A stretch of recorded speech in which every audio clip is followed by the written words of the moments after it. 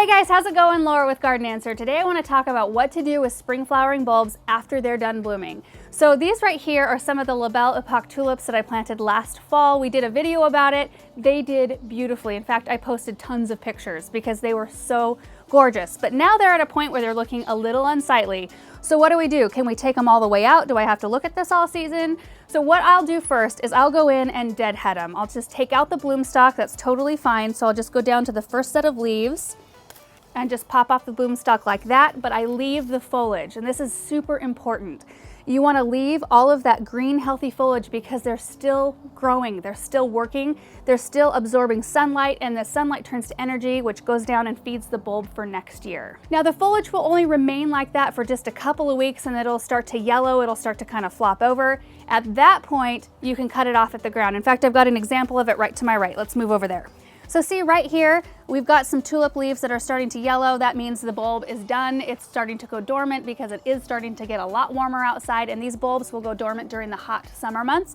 So what I can do is take my pruners, go right in, cut them off at ground level. We don't have to look at this for the whole season. So I will leave all the rest of these until they start to do this because I want to give my bulbs the best chance I possibly can. It looks like there's a few more I can clean off, but it's just kind of a gradual process. So as far as fertilizing go, there are kind of three different camps on this topic. Some people will go in and compost, put like a layer of compost or mulch over them in the fall. Always a good idea to do that.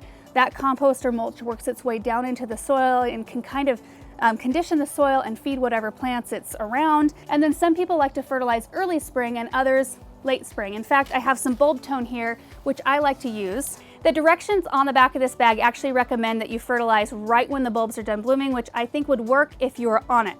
If you're watching those flowers and you're ready to fertilize right when they're done.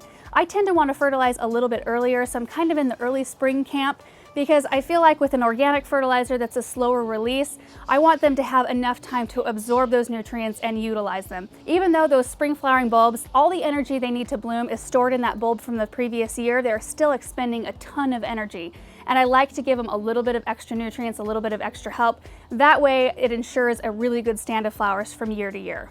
So as a recap, I'd say fertilize early spring, kind of when they start putting on foliage growth or even when they're blooming, and then deadhead them when they're done. You don't have to do that step, you can leave them up, that's personal preference on my part, but you want to make sure to leave that foliage until it's yellow and dying back. At that point you can cut it off at the ground and you're done. Always a good idea to add a layer of compost or mulch in the fall. And that's it. Hope this video was helpful, guys, and we will see you in the next one. Bye.